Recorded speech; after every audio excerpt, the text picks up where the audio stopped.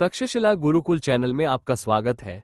अगर आपने अभी तक हमारे चैनल को सब्सक्राइब नहीं किया है तो कृपया तुरंत सब्सक्राइब करें, घंटी का बटन दबाएं और अपनी टिप्पणियां और प्रतिक्रियाएं लिखें। अपने दोस्तों के साथ ज्यादा से ज्यादा शेयर करें। हम ऑनलाइन कुंडलिनी राजयोग दीक्षा और 6 महीने में कुंडली सक्रियण प्रदान करते हैं। 14 हिंदू धर्म का जीवन दृष्टिकोण। आदर्श हिंदू और उनका दैनिक जीवन। हिंदू धर्म ने जीवन, उसके उद्देश्य, जीवन की दुनियाओं के बीच संबंध आदि के बारे में बहुत ही व्यवहारिक, तार्किक और वैज्ञानिक व्याख्याएं दी हैं। इसके अलावा इसने दिखाया है कि कैसे धर्म के सिद्धांतों के आधार पर जीवन को सामंजस्यपूर्ण ढंग से प्रबंधित किया जा सकता है और चतुर्वर्ण और वर्णाश्रम धर्म के माध्यम से पूर्णता प्राप्त की जा सकती है, जो कि व्यक्ति को जीवन में प्राप्त करने के लिए 4 गुना प्रयास है। जीवन की कोई भी अवस्था हो, कोई भी समस्या हो, हिंदू धर्म में सही मार्गदर्शक समाधान और कार्यान्वयन सूत्र मौजूद हैं। इसलिए इसमें कोई संदेह नहीं है कि देश और काल की परवाह किए बिना हिंदू धर्म सबसे व्यवहारिक धर्म है। ये धर्म जीवन की गहन और तर्कसंगत तरीके से जांच करता है और जीवन जगत जीवन के आंतरिक संबंध को सच्चाई से खोजता है और जीवन को विश्वासों और मूल्यों का एक समूह प्रदान करता है।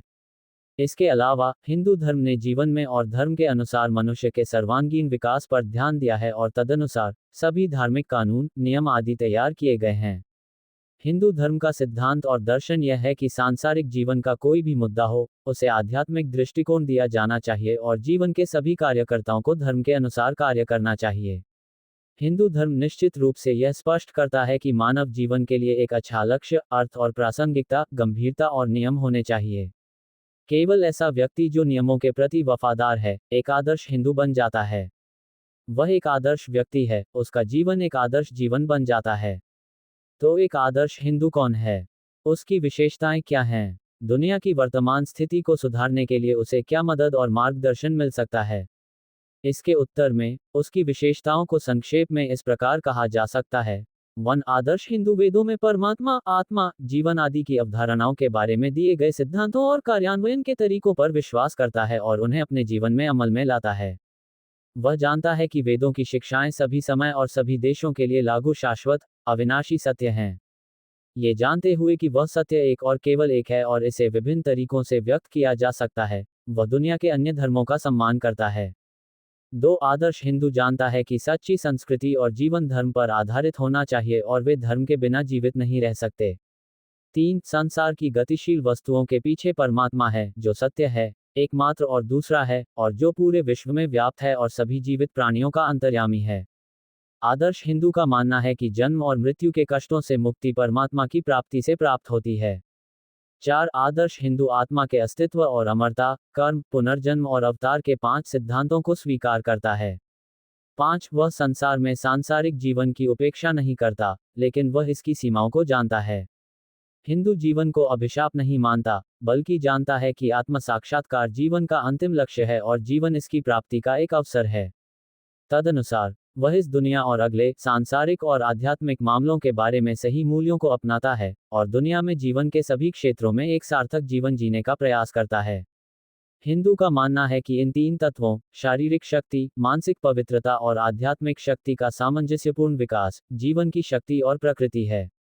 तदनुसार हिंदू साहित्य, विज्ञान, चिकित्सा, संगीत, चित्रकला, मूर्तिकला आदि को एक स्वतंत्र स्थान देता है और उन सभी को परम सत्ता, सत्य, सुंदर, पूर्ण, परिपूर्ण की प्राप्ति के साधन के रूप में मानता है। 6. आदर्श हिंदू न केवल ये जानता है कि सर्वोच्च सत्ता सर्वशक्तिमान है, सुख और शांति का शाश्वत केंद्र है और प्राणियों के जीवन का सर्वोच्च लक्ष्य है, अर्थात मानव प्रयास का सर्वोच्च उद्देश्य है, बल्कि तदनुसार अपने जीवन का संचालन भी करता है। साथ ये जानते हुए कि धर्म को जीवन में अशांति, अराजकता, अन्याय और अन्याय का कारण नहीं होना चाहिए, हिंदू ने ये स्थिति अपनाई है कि इसे जीवन के सुचारू और सुरक्षित प्रबंधन में योगदान देना चाहिए और केवल आत्म साक्षात्कार या मोक्ष की प्राप्ति में मदद नहीं करनी चाहिए। 8. कोई भी पापी या पापी पैदा नहीं होता है। हर कोई अमरता और अमर आत्मा का पुत्र है, लेकिन बुरे कर्मों और दुष्ट प्रवृत्तियों के कारण आत्मा का दिव्य तेज प्रकट नहीं होता। प्रत्येक नीच प्राणी, यहाँ तक कि जिसे पापी कहा जाता है, उसका भी भविष्य अच्छा, महान और पुण्यमय होता है। इसी प्रकार प्रत्येक संत के पास विकास की पृष्ठभूमि या अतीत की कहानी होती है, और हिंदू ये निश्चित रूप से जानता है कि अयोग्य लोगों के पास भी योग्य बनने का अवसर होता है।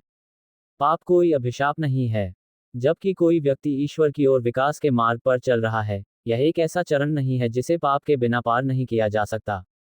ये जानते हुए कि पाप अज्ञानता और अज्ञानता का परिणाम है, हिंदू मानता है कि इन सभी का अंत है। 9 आत्मा अमर है। जन्म और मृत्यु शरीर के लिए नहीं बल्कि आत्मा के लिए है। जब तक शरीर और मन मौजूद हैं, तब तक अज्ञान अविद्या बनी रहती है। इसी तरह हिंदू मानता है कि जन्म और मृत्यु, पुनर्जन्म और पुनर्जन्म निरंतर हैं। शून्य शून्य हिंदू मानता है कि धार्मिकता धर्म का जीवन है और धर्म जीवन का आधार है। 11 हिंदू का मानना है कि सांसारिक धन और सामाजिक जीवन जीवन का अंतिम लक्ष्य नहीं है, बल्कि जीवन के सर्वोच्च लक्ष्य की प्राप्ति के साधन हैं। तदनुसार ये जानकर कि जीवन में व्यक्ति को 4 पुरुषार्थों अर्थात धर्म, अर्थ, काव्य और मोक्ष की प्राप्ति करनी चाहिए, वह अनुभव करता है कि जीवन की संपूर्ण आकांक्षाएं इन्हीं 4 पुरुषार्थों में छिपी हैं। तदनुसार आदर्श हिंदू का मानना है कि धर्म में नैतिक धन और शक्ति है, अर्थ में सांसारिक मामलों में वित्तीय सुरक्षा है, काम में धर्म के अनुरूप सांसारिक धन का भोग है, और मोक्ष में शाश्वत सुख के अधिष्ठान परम सत्ता की प्राप्ति है।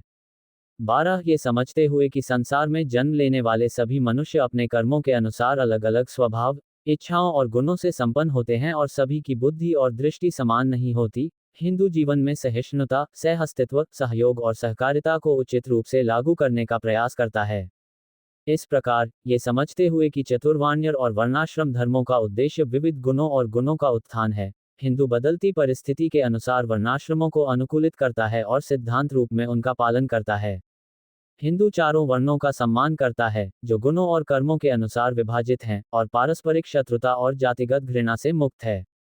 हिंदुओं का मानना है कि यह सिद्धांत कि एक ही शरीर के विभिन्न अंग, जैसे सिर, कंधे, जांघ और पैर, एक ही शरीर के अंग हैं, उतना ही सच है जितना कि यह सच है कि वे रूप, कार्य और उपयोग के मामले में भिन्न हैं।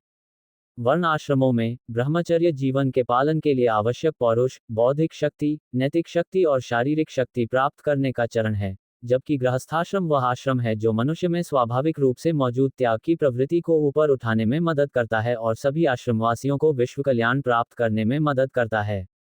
जहां वानप्रस्थ जीवन के सर्वोच्च लक्ष्य, मोक्ष की प्राप्ति के लिए तैयारी में सहायक है, वहीं हिंदू मानते हैं कि संन्यास आश्रम ही वह आश्रम है, जीवन का वह चरण जो मोक्ष प्राप्ति के लिए आवश्यक एकाग्रता प्राप्त करने में सहायक होता है। तदनुसार वह धैर्य, धर्म और योग्यता के साथ चारों आश्रमों का पालन करता है। उसने सेवा का दृष्टिकोण अपनाया है कि जीवन उसके आत्मा साक्षात्कार में सहायक होना चाहिए और इस प्रकार विश्व कल्याण में योगदान देना चाहिए। तदनुसार हिंदू मानता है कि सभी दरिद्र, दुर्भाग्यशाली आदि मानव जाति के हैं, उनके कल्याण के लिए उनकी सहायता करना उसका एक कर्तव्य है। 16 हिंदू, जो जीवन में स्त्री और पुरुष के बीच के अंतर को एक बाह्य अंतर मानता है और आंतरिक रूप से उन सभी में एक ही आत्मतत्व को समझता है, वह स्त्री और पुरुष के बीच के संबंध और जीवन में उनकी भूमिका को उनकी उपयोगिता और गुणों के दृष्टिकोण से देखता है। तदनुसार हिंदू स्त्री को जीवन में उसकी भूमिका के संदर्भ में बड़ी उदारता और सम्मान की दृष्टि से देखता है। हिंदू धर्म स्त्री को इंद्रिय सुखों की तृप्ति का साधन नहीं मानता। हिंदू धर्म विवाह को स्त्री पुरुष के यौन सुख के लिए एक खुली सामाजिक अनुमति या अवसर नहीं मानता। इसी प्रकार हिंदू ये भी नहीं मानते कि विवाद एक अस्थायी बंधन है जिसे इच्छानुसार तोड़ा जा सकता है। विवाह संसार में वंश परंपरा को आगे बढ़ाने का एक पवित्र अवसर है और वैवाहिक जीवन का लक्ष्य केवल संतानोत्पत्ति नहीं है। हिंदुओं का मानना है कि विवाह का मुख्य लक्ष्य विवाह के बंधन में बंधने वाले दो व्यक्तियों के लिए एक ऐसा जीवन जीना है जो आत्म साक्षात्कार, मोक्ष के लिए पारस्परिक रूप से लाभकारी हो और संसार के कल्याण, आत्मा के लिए और विश्व के कल्याण के लिए जीवन व्यतीत करे। इससे वैवाहिक जीवन को एक निश्चित मूल्य और सुरक्षा प्राप्त होती है। इसके अलावा हिंदू धर्म की मान्यता है कि इससे स्त्री को संसार में सम्मान, सुरक्षा और गरिमा का स्थान मिलता है। संसार में एक जीव के जन्म, उसके पालन पोषण आदि जैसे मामलों में स्त्री की भूमिका अद्वितीय है। इस संसार में जीवों के जन्म के लिए उत्तरदायी शक्ति की हिंदू दैनिक जीवन में स्त्री की भूमिका के आधार पर जांच करते हैं और उसे जगन्माता कहते हैं। हिंदू निश्चित रूप से जानता है कि ईश्वर जीवित चीजों में है। संसार में स्त्री की भूमिका को देखते हुए वह मानता है कि उसमें जगत की माता ईश्वर को देखने में सत्य, अर्थ और सफलता है। तदनुसार वह स्त्री को माता, देवी कहता है और मातृदेवो भव श्लोक के माध्यम से वह स्त्री को देवत्व के आसन पर बिठाता है और उसे श्रद्धा और सम्मान की दृष्टि से देखता है। वह दृढ़ता से जानता है कि यही राजमार्ग है, जीवन का सूत्र है, सामाजिक सुरक्षा, जीवन की सहजता और जीवन के लक्ष्य को साकार करने की संभावना है। 17 चाहे दुनिया के विभिन्न हिस्से हों, विभिन्न परंपराओं, संस्कृतियों, धर्मों, देवताओं या यहाँ तक कि पशु प्रजातियों वाले लाखों लोग हों, हिंदू मौलिक रूप से कुछ भी अलग नहीं देखता, बल्कि भिन्नताओं के पीछे छिपी एकता को देखता है। हिंदू मानते हैं कि मनुष्य की प्रकृति के अनुसार उस सत्य को महसूस करने के 4 मार्ग हैं, अर्थात काम, प्रेम, विचार, एकाग्रता या मन की एकाग्रता, और ये सभी अलग अलग तरीके हैं जो सर्वोच्च सत्ता से जुड़ने में मदद करते हैं। चाहे धर्मों, मार्गों, नामों या रूपों में एक हिंदू को कोई झगड़ा नहीं होता। एक हिंदू देश, समय या जाति के मतभेदों की परवाह किए बिना हर जगह एकता के सिद्धांत को देखता है और जीवन में गठबंधन, एकता, सहयोग और सहकारिता को लागू करता है। 18 यद्यपि वह दुनिया की सभी महिलाओं को धार्मिक दृष्टिकोण और श्रद्धा के साथ देखता है, एक हिंदू अपनी माँ, जीवन का प्रदाता, एक प्राकृतिक मानवीय स्नेह और सम्मान के साथ और श्रद्धा की अधिक भावना के साथ देखता है। इसी तरह एक हिंदू जो जानता है कि पूरा विश्व उसका घर है, अपने जन्मस्थान को उसी प्रेम और सम्मान के साथ देखता है जैसे उसकी माँ, जीवन का प्रदाता। एक आदर्श हिंदू दृढ़ता से जानता है कि अहिंसा का अर्थ कायरता नहीं है, सहिष्णुता का अर्थ लाचारी नहीं है, और उदारता का अर्थ आत्मसम्मान और महत्वाकांक्षा का अभाव नहीं है, और वह इन्हें अपने जीवन में धारण करता है। एक हिंदू सामाजिक, सांस्कृतिक और धार्मिक क्षेत्रों में अन्याय, असत्य और अनैतिकता का सामना क्षमता, साहस और सदाचार के साथ करता है, और अपनी स्थिति और परिस्थितियों के अनुसार न्याय, सत्य, धर्म और शांति की वृद्धि में योगदान देने वाले कार्यक्रमों को संचालित करता है। एक आदर्श हिंदू गीता, गायत्री, गौ, गंगा और गोविंद, इन 5 तत्वों को अपने जीवन में प्रेम, आदर और श्रद्धा के साथ देखता है, और इनसे अपने जीवन के लिए प्रेरणा और मार्गदर्शन प्राप्त करता है। हिंदुओं का दृढ़ विश्वास है कि गीता जीवन और नैतिकता का व्यापक ग्रंथ है, जो सभी वेदों और उपनिषदों की शिक्षा है, जबकि गायत्री मंत्र सभी वेदों और उपनिषदों का व्यापक पवित्र मंत्र है। गाय को गोवत मानने वाले हिंदू सांसारिक और वैदिक दोनों ही दृष्टिकोणों से सांसारिक जीवन में गाय के बहुमुखी उपयोग और महत्व को समझते हैं, और व्यक्तिगत और सामूहिक क्षेत्रों में अपनी जीवन स्थितियों के अनुसार गाय की सुरक्षा और रखरखाव हेतु उपयुक्त व्यवस्था हेतु कार्य करते हैं। हिंदू गंगा को न केवल आजीविका के लिए एक पवित्र नदी मानते हैं, बल्कि इसे परोपकार और जीवन की सार्थकता का प्रतीक और हिंदू संस्कृति की एक उदात्त, गौरवशाली जल आत्मा भी मानते हैं। हिंदू जानते हैं कि गोविंद का अर्थ है बहुमुखी योगी भगवान कृष्ण, जो हिंदू धर्म के सिद्धांतों के जीवंत भाष्य हैं। भगवान कृष्ण का जीवन और आदर्श हिंदुओं के लिए प्रेरणा और ज्ञान के स्रोत हैं। भगवान कृष्ण सच्चे परब्रह्म, सर्वोच्च सत्ता, परमात्मा, ईश्वर, हिंदू जीवन की आत्मा और मुख्य केंद्र हैं। जिस प्रकार सभी शून्यों के मूल्य के लिए बाईं ओर का एक अंक महत्वपूर्ण है, उसी प्रकार जीवन के मूल्य और शक्ति के लिए गोविंद या ईश्वर भी महत्वपूर्ण और आवश्यक हैं। आदर्श हिंदू यह नहीं मानता कि गोविंद का अर्थ हिंदू के लिए परमात्मा है, बल्कि किसी संप्रदाय का प्रतीक या मूर्ति का संकीर्ण अर्थ है। गोविंद का अर्थ है वह जो वेदों के माध्यम से आत्मा प्राप्ति में सहायक हो, मोक्ष प्रदान करने वाला हो, आदि। इसके विभिन्न अर्थ हैं। कुल मिलाकर गोविंद का अर्थ है सर्वशक्तिमान और सर्वव्यापी ईश्वर। जननी जन्म भूमिश्च स्वर्गादपि गरीयसी, माता पिता स्वर्ग से भी ऊंचे हैं, एक आदर्श हिंदू का आदर्श वाक्य है, क्योंकि सत्यमेव जयते, नानृतम, सत्य की ही विजय होती है, असत्य की नहीं, उसके जीवन की गायत्री है। धर्मैवहतो हन्ति, धर्म रक्षति रक्षितः, जो कोई धर्म की रक्षा करता है, धर्म उसकी रक्षा करता है।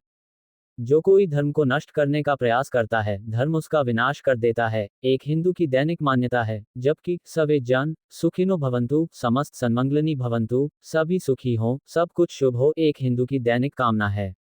हमेशा अच्छाई को ही सुनते, बोलते, देखते, हर जगह से अच्छाई का ही स्वागत करते हुए एक हिंदू हमेशा प्रयासरत रहता है और त्रिगुण सिद्धांत की पवित्रता, शक्ति और स्थिरता के साथ अपना जीवन जीने के लिए दृढ़ संकल्पित रहता है। इस प्रकार ये 18 बिंदु एक हिंदू के जीवन के मूल सिद्धांत और विशेषताएं हैं, और जो इन सभी विचारों को जीवन में व्यवहार में लाता है, उसे जानना चाहिए कि आदर्श हिंदू वह है जो फिर वह दुनिया में एक जीवित आत्मा, एक धधकती हुई ज्योति, एक दीप्तिमान आदर्श प्रभा के रूप में चमकता है। इस प्रकार उसका जीवन शुद्ध हो जाता है। जिस जमीन पर वह चलता है वह पवित्र हो जाती है। दुनिया में उसकी उपस्थिति उसके लिए और उसके माध्यम से दूसरों के लिए ईश्वर की कृपा और आशीर्वाद के समान हो जाती है। एक आदर्श हिंदू का दैनिक जीवन। आज हम विज्ञान के युग में रहते हैं। जिस प्रकार वैदिक काल और स्पुतनिक युग के बीच हजारों वर्षों का अंतराल है, उसी प्रकार परिस्थितियों की दृष्टि से भी महत्वपूर्ण अंतर है। ये सत्य है कि हिंदू धर्म के आदर्श महान हैं, परंतु आज की बदली हुई परिस्थितियों में कई स्थानों पर यह राय सुनने को मिलती है कि उन पर अमल करना और उन्हें लागू करना असंभव या बहुत कठिन है। ये सत्य है कि पहले के लोगों और आज के लोगों के जीवन जीने के तरीके में बदलाव आया है, परंतु ये स्पष्ट है कि जीवन की मूलभूत आवश्यकताओं और सिद्धांतों में कोई परिवर्तन नहीं हुआ है, बल्कि केवल जीवन की सुविधा में बदलाव आया है। उदाहरण के लिए, वन पहले सूर्य प्रकाश देता था, ऋतु परिवर्तन होते रहते थे। ये सभी बातें आज भी हो रही हैं। सुख, दुख, जन्म और मृत्यु का अनुभव मनुष्य अतीत में भी करता था। ये आज भी हो रहे हैं और इन्हें समाप्त या बदला नहीं जा सकता। 3. मनुष्यों में पाए जाने वाले रूप और गुणों की विविधता। जीवन की परिस्थितियों में जो भिन्नताएं हैं, ये तब भी थीं और अब भी हैं। जीवन में मनुष्य तब भी भोजन, आश्रय और आश्रय के लिए काम करता था और उसके कर्म का मंदिर आज भी वही है। लेकिन कर्म का स्वरूप कितना बदल गया है। 4. जीवन में सुख की कामना और लालसा तब भी कामना और लालसा ही थी। आज भी वही पुकार और वही प्यास मनुष्य को सताती है। 5. अच्छी और बुरी आत्माओं का प्रभाव व्यक्ति के अंतर्मन में, व्यक्ति के जीवन में और सामूहिक क्षेत्र में स्पष्ट दिखाई देता था।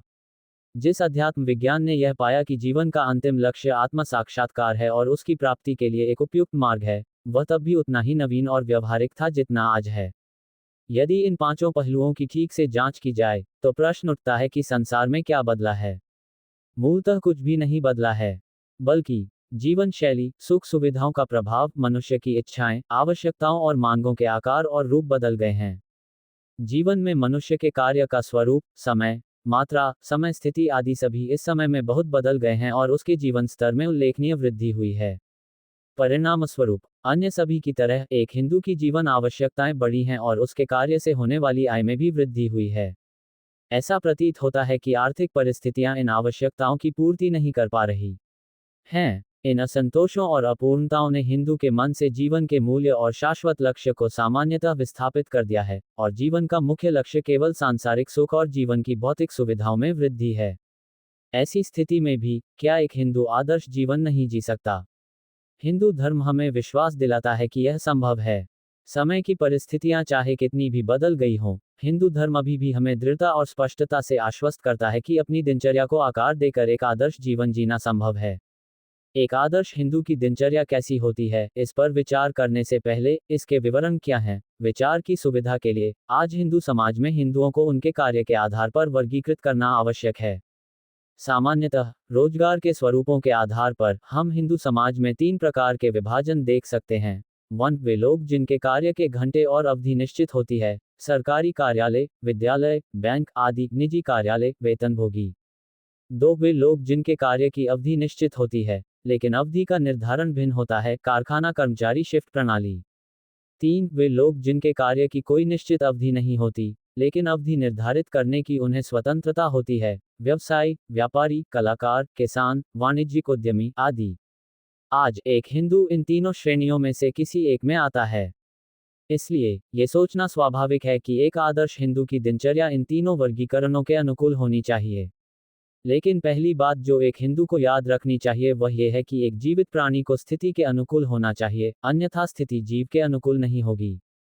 दूसरी मुख्य बात यह जानना है कि जीवन का अंतिम लक्ष्य आत्म साक्षात्कार है और सांसारिक जीवन इसके पूरक हैं और अपने क्षेत्र में तदनुसार काम करना है। आत्मविश्वास, किसी की आस्था, प्रकृति और धर्म में अटूट विश्वास तीसरे मुख्य बिंदु हैं। चौथी मुख्य बात यह स्पष्ट रूप से जानना है कि यदि कोई मन है, तो एक उद्देश्य है। किसी को ये जानना चाहिए कि उन्हें अच्छा आचरण देना आवश्यक और संभव है, जिसमें नियम, निष्ठा, नैतिकता और धर्म के सिद्धांत शामिल हैं, जो किसी के दैनिक जीवन की घटनाओं के समान स्वाभाविक और सत्य हैं। इसके अलावा, चाहे कितना भी समय बदल गया हो, चाहे कितनी भी परिस्थितियां बदल गई हों, मानवीय गुण जो एक व्यक्ति को इंसान बनाते हैं, वे हैं सत्य, ईमानदारी, अहिंसा, निर्भयता, शक्ति और शरीर, मन और बुद्धि की पवित्रता। पांचवा मुख्य बिंदु ये जानना है कि यदि इनका ठीक से पालन किया जाए और आंतरिक पवित्रता व शक्ति का विकास किया जाए, तो बाह्य परिस्थितियां, वस्त्र, कुछ रीति रिवाज, इन सभी को अपने जीवन के अनुकूल बनाया जा सकता है और उसे बेहतर बनाया जा सकता है। जब एक हिंदू इन 5 तत्वों का ठीक से पालन करता है, तो वह निश्चित रूप से अपनी दिनचर्या को ठीक से कर पाएगा।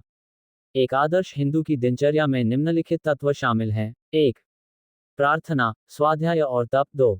यज्ञ आश्रम धर्म। 3. भोजन ग्रहण करना। 4. जीवन के क्षेत्र में कार्य करना। 5. समाज से मिलना जुलना सांसारिक कार्य। 6. सेवा और सत्संग। 7. दिन की समापन प्रार्थना। 8. वार्तालाप अपने परिवार के साथ संगति। 9. आत्मनिरीक्षण। 90. भगवदर्पण प्रधान। एक आदर्श हिंदू को उपरोक्त 10 कार्यक्रमों को व्यवस्थित तरीके से पूरा करने में मदद करने वाले बुनियादी नैतिक तत्व मुख्य रूप से ये हैं। 1. सत्य। 2. अहिंसा। 3. ब्रह्मचर्य। 4. आत्मविश्वास। 5. निर्भयता। 6. विश्वास। 7. वैराग्य। 8. प्रेम। 9. ज्ञान। 10. आज्ञाकारिता। अब हम एक हिंदू की दिनचर्या के तत्वों पर एक एक करके विचार करते हैं। 1. प्रार्थना। हिंदू के जीवन में प्रार्थना का महत्वपूर्ण स्थान है। प्रार्थना को आत्मा का परमात्मा से वार्तालाप कहा जा सकता है। किसी के जीवन के लिए आवश्यक ऊर्जा प्रार्थना से प्राप्त होती है। मन के लिए शांति, जीवन के लिए प्रकाश, जीवन के संघर्ष के लिए साहस प्रार्थना से प्राप्त होता है। दैनिक दिनचर्या प्रार्थना से शुरू होनी चाहिए। प्रार्थना हमें ये स्मृति देती है कि हमारे जीवन का एक अर्थ है, कि हमारे जीवन के पीछे एक अदृश्य शक्ति है। इसके अलावा प्रार्थना दैनिक कार्यों के लिए नया उत्साह और ऊर्जा देती है। भोजन शरीर के पोषण के लिए आवश्यक है। जिस प्रकार मन की शक्ति और आत्मा के प्रकाश के लिए प्रार्थना आवश्यक है, उसी प्रकार मन की शक्ति और आत्मा के प्रकाश के लिए प्रार्थना भी आवश्यक है। प्रार्थना का अर्थ है कि व्यक्ति अपने भीतर स्थित परम आत्मा से वार्तालाप करता है। ये भी कहा जा सकता है कि वह समस्त विश्व में व्याप्त परम आत्मा शक्ति को अपने जीवन से एकाकार कर लेता है। इस प्रकार प्रार्थना से नैतिक बल, शारीरिक स्वास्थ्य, आध्यात्मिक शक्ति में वृद्धि होती है और व्यक्ति जीवन के सभी क्षेत्रों में उपयोगी, प्रभावशाली और प्रभावी बनकर सफलतापूर्वक जीवन जीने में सक्षम होता है। एक आदर्श हिंदू अपने सर्वांगीण उत्थान के लिए प्रार्थना करता है और साथ ही विश्व के करोड़ों लोगों के उद्धार के लिए भी प्रार्थना करता है। एक हिंदू जानता है कि विश्व के सभी लोग मानवता के भाई हैं, बिना ये जाने कि वह अलग है, विश्व अलग है। इसलिए वह सभी के कल्याण और भलाई के लिए प्रार्थना करता है। इस प्रकार एक आदर्श हिंदू की दिनचर्या ईश्वर की प्रार्थना से शुरू होती है। ये कहना संभव नहीं है कि प्रार्थना एक ही अवधि और प्रकृति की हो और वह सभी पर लागू हो। अपनी इच्छा, धर्म और रीति रिवाजों के अनुसार प्रार्थना में 1. वाणी, 2. मंत्र, 3. गीत, 4. मौन जप, 5. बाह्य या आंतरिक पूजा को सम्मिलित करके प्रार्थना की जा सकती है। कुल मिलाकर प्रार्थना के बाद व्यक्ति को 1. आत्मविश्वास प्राप्त करना चाहिए। 2. उत्साह, मानसिक शक्ति और मानसिक पवित्रता उत्पन्न होनी चाहिए। 3. शांति और प्रसन्नता उत्पन्न होनी चाहिए। प्रार्थना के बाद जिस सीमा तक ये 3 तत्व व्यक्ति में स्थापित होते हैं और दैनिक कार्यों में सहायक होते हैं, उस सीमा तक प्रार्थना सफल कही जा सकती है। हिंदू धर्म का ये सिद्धांत है कि कोई भी विधि जो इन 3 तत्वों को व्यक्ति के जीवन में स्थापित करने में मदद करती है, उसे प्रार्थना के एक तत्व के रूप में अपनाया जा सकता है। स्वाध्याय और तपस्या में, स्वाध्याय न केवल हमें जीवन के महत्व, पवित्रता और जिम्मेदारियों की याद दिलाता है, बल्कि तपस्या और जीवन जीने के लिए आवश्यक अनुशासन विकसित करने में भी हमारी सहायता करता है। सद्गांत का पाठ, अच्छे विचारों का ध्यान और आत्मा के सार का चिंतन स्वाध्याय माना जाता है। तपस्या 3 प्रकार की होती है, जो शरीर, वाणी और मन से संबंधित होती है।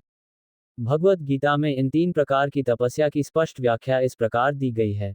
देवद्विज गुरु प्रज्ञा पूजन शौचर्मावम ब्रह्मचर्य महिंसा चतारिराम तप उच्यते। देवताओं, ब्राह्मणों, गुरुओं और बुद्धिमान पुरुषों की पूजा, स्वच्छता, सादगी और अहिंसा का ब्रह्मचर्य शारीरिक तपस्या कहा जाता है। अनुद्वेगकार वाक्यम सत्यम प्रियहित चयत स्वाध्यायाभ्यास चैव वमयम तप उच्यते। जो वाणी उद्वेग रहित, सत्य, प्रिय और हितकर हो तथा स्वाध्याय आत्मज्ञान, सद्विचार आदि का अध्ययन हो उसे वाचिक तप कहते हैं। मनः प्रसाद सौम्यत्वम मौनमात्म विनिग्रह भावसंशुद्धिरितत्तपो मन समुच्यते। मन की प्रसन्नता, सौम्यता, मौन, मन का संयम, मन की पवित्रता को मानसिक तप कहा जाता है। 0.02 DOPOOL दिन भर सावधान रहना महत्वपूर्ण है ताकि ये 3 तपस्या दिन के प्रत्येक कार्यक्रम की पृष्ठभूमि में अंतर्निहित हों। 2. यज्ञ आश्रव धर्म पालन। ये कहा जा सकता है कि यज्ञ दूसरों के लाभ के लिए किया गया बलिदान है। यज्ञ का सिद्धांत है कि जो कुछ हमारे पास है उसे दूसरों को दें और दूसरों के साथ साझा करें। इसके कारण हृदय की उदारता, दया, करुणा, सहयोग आदि गुणों में वृद्धि होती है। इस सिद्धांत के आधार पर एक हिंदू अपनी परिस्थितियों के अनुसार अपने दैनिक कार्यों में बलिदान करता है। वह अपने आश्रम धर्म का पालन करने वाले बलिदान के सिद्धांत को लागू करके अपने दैनिक जीवन के कार्यों को करता है। जानवरों के प्रति दया, परोपकार, सामाजिक सेवा कार्यक्रम आदि जैसे सिद्धांत सभी इस बलिदान में शामिल हैं। सामान्यतः जो कुछ भी आत्मत्याग और निस्वार्थता के विकास में सहायक होता है और जीव की संकीर्ण मानसिकता से एक व्यापक दृष्टिकोण के विकास की ओर ले जाता है, उसे त्याग के सिद्धांत का परिणाम कहा जा सकता है। 3. भोजन ग्रहण करना। हिंदू जीवन में भोजन ग्रहण करना केवल शारीरिक पोषण का एक तत्व नहीं माना जाता है। जैसा कि छांदोग्य उपनिषद कहता है, शुद्ध भोजन शुद्ध सार है। एक हिंदू जानता है कि शुद्ध भोजन शुद्ध मन की ओर ले जाता है, शुद्ध विचार शुद्ध मन की ओर, शुद्ध विचार शुद्ध कर्म की ओर, शुद्ध कर्म की ओर ले जाता है। इसके अलावा चूंकि भोजन ऊर्जा से बना है और जीवनदायी भी है, इसलिए वह भोजन को समर्पण की भावना से, अर्थात अपने भीतर विराजमान दिव्य परमात्मा को अर्पण करके ग्रहण करता है। मानसिक तनाव, अनावश्यक बकबक आदि के बिना वह शांतिपूर्वक अपने द्वारा ग्रहण किए गए भोजन को पहले भगवान को अर्पित करता है और फिर इस पवित्र भावना के साथ ग्रहण करता है कि यह उनका प्रसाद है। इस दृष्टिकोण से आदर्श हिंदू इन 3 कारकों के प्रति बहुत सावधान रहता है: भोजन, आश्रय, पवित्रता और गुण। 4. जीवन के क्षेत्र में कार्य। आदर्श हिंदू यह नहीं सोचता कि कार्य जीवन से बाहर की कोई चीज है या उसके पीछे कोई पवित्र भावना नहीं है। भले ही काम का उद्देश्य आमतौर पर पैसा कमाना और जीवन के सुखों को प्राप्त करना है, हिंदू जानता है कि काम की पृष्ठभूमि धर्म होनी चाहिए। उसके काम की प्रकृति चाहे जो भी हो, वह उसे अपने स्वभाव और गुणों के अनुसार कुशलतापूर्वक और जिम्मेदारी से करता है और उसमें शांति और संतुष्टि पाता है। इसके अलावा हिंदू का मानना है कि उसके जीवन का सर्वोच्च लक्ष्य, आत्म साक्षात्कार या मोक्ष, उसके जीवन के कर्मों का ठीक से पालन करने से प्राप्त होता है। 5. सामाजिक संपर्क। आदर्श हिंदू हर दिन अपने समाज के साथ बातचीत करते हुए विभिन्न स्वभाव और विविध गुणों वाले लोगों को देखता है। ये दैनिक अनुभव हिंदू के लिए शास्त्रों में सहिष्णुता, अनेक में एक को देखना आदि सिद्धांतों का अध्ययन और समझने और फिर उन्हें व्यवहार में लाने का अवसर है। वह अपनी तपस्या और अध्ययन क्षमता के बल पर सत्य, साहस, सहनशीलता आदि के साथ सामाजिक संपर्क करता है और इसे हमेशा सुखद और सुचारू बनाने का प्रयास करता है। आदर्श हिंदू जिस प्रकार समाज के साथ व्यवहार करता है, वह हिंदू धर्म के जीवन सिद्धांतों का एक व्यवहारिक उदाहरण है। 6. सत्संग और सेवा। सत्संग उसके अंदर सद्गुणों के संवर्धन में सहायक होता है। जो हिंदू जानता है कि सेवा प्रेम की व्यवहारिक अभिव्यक्ति है, उसके दैनिक जीवन में सत्संग और सेवा का बहुत महत्वपूर्ण स्थान है।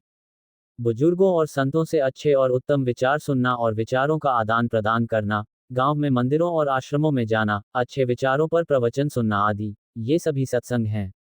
यदि दिन में ऐसा अवसर उपलब्ध न हो, तो बुजुर्गों, संतों और पुण्यात्माओं का जीवन संदेश और अन्य साधनाएं सत्संग का रूप ले लेती हैं और एक हिंदू अपने भीतर इसकी कल्पना करता है।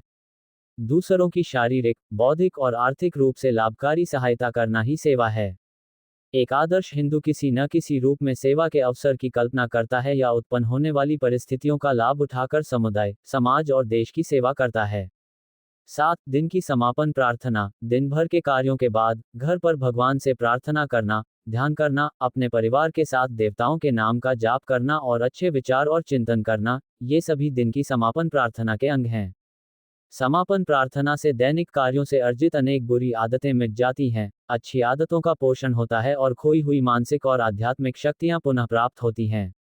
8. अपने परिजनों से वार्तालाप। एक हिंदू के लिए उसका परिवार संपूर्ण विश्व का एक छोटा सा प्रतीक कहा जा सकता है। एक हिंदू का पहला कर्तव्य है कि वह जीवन की सक्रिय शक्तियों, जैसे सद्गुण और अच्छे कर्मों, को सबसे पहले अपने घर में स्थापित करे। दैनिक कार्यों के साथ साथ एक आदर्श हिंदू अपने साथियों से सांसारिक मामलों और नीतियों पर परामर्श और मार्गदर्शन करता है और उनके आध्यात्मिक उत्थान के लिए उनके साथ मिलकर काम करता है और घर के सभी सदस्यों के कल्याण में योगदान देता है। इससे न केवल आपसी प्रेम, विश्वास और सहयोग बढ़ता है, बल्कि हिंदू व्यक्तिगत और सामूहिक जीवन में अपनी भूमिका को सुचारू और प्रभावी ढंग से निभाने में भी सक्षम होता है।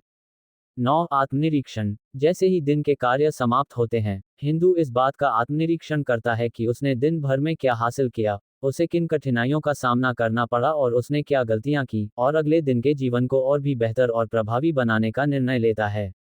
इन सभी को सामूहिक रूप से आत्मनिरीक्षण या आंतरिक परीक्षा कहा जा सकता है। आंतरिक परीक्षा जीवन में विशेष मूल्य, दैनिक कार्यों को व्यवस्थित और महत्व प्रदान करती है और जीवन की प्रगति को सुगम बनाती है। 10. भगवदर्पण प्रार्थना। दिन भर के काम के बाद जब सोने और दैनिक गतिविधियों को पूरा करने का समय होता है, तो आदर्श हिंदू अपने आप को और दिन के दौरान किए गए अपने कार्यों के फलों को भगवान को इस समर्पण की भावना के साथ समर्पित करता है कि सब कुछ भगवान को समर्पित है। ये दिव्य सिद्धांत कि जो कुछ भी भगवान को अर्पित किया जाता है वह बड़ी मात्रा में उसे अर्पित करने वाले को वापस मिल जाता है, इस भगवदर्पण में शामिल है। इसके अलावा ईश्वर में विश्वास करने, उनकी आज्ञा का पालन करने और उनकी शक्ति के बल पर जीवन जीने से भगवदर्पण विचार में एक और सिद्धांत छिपा है कि निस्वार्थ, विनम्र दृष्टि और व्यवहार से विशेष प्रकाश और शक्तियां जीवंत होती हैं। निस्वार्थ भावना का सिद्धांत की चूंकि सब कुछ ईश्वर से घिरा हुआ है, इसलिए संसार में ऐसा कुछ भी नहीं है जो स्वयं में निहित हो, भी इसी भगवदर्पण विचार में छिपा है। इस प्रकार यह एक अनुभवजन्य तथ्य है कि ये 10 तत्व एक हिंदू के दैनिक जीवन में शामिल हैं और किसी भी स्थिति या परिस्थिति में, चाहे वह हिंदू ही क्यों न हो, इनका पालन किया जा सकता है। इन कार्यक्रमों के संबंध में ये याद रखना महत्वपूर्ण है कि जब एक हिंदू नींद से जागता है और दिन के लिए अपना काम शुरू करता है, तो उसके लिए दिन शुरू होता है और जब वह फिर से सो जाता है, तो दिन समाप्त हो जाता है। इसलिए ऊपर बताए गए 3 प्रकार के लोग भी यदि इन कार्यक्रमों को अपनी दिनचर्या में अपनाएं और सच्चे मन से प्रयास करें, तो एक आदर्श जीवन जी सकेंगे। एक हिंदू घर में जो पारंपरिक रीति रिवाज और परंपराएं होनी चाहिए, चाहे वह व्यक्ति कोई भी हो, उसके गुणों का पता उसके कर्मों से दूसरों को चलता है। यदि जीवन में वाणी और आचरण न हो, तो जीवन न तो सुखद हो सकता है, न ही प्रभावी और सार्थक।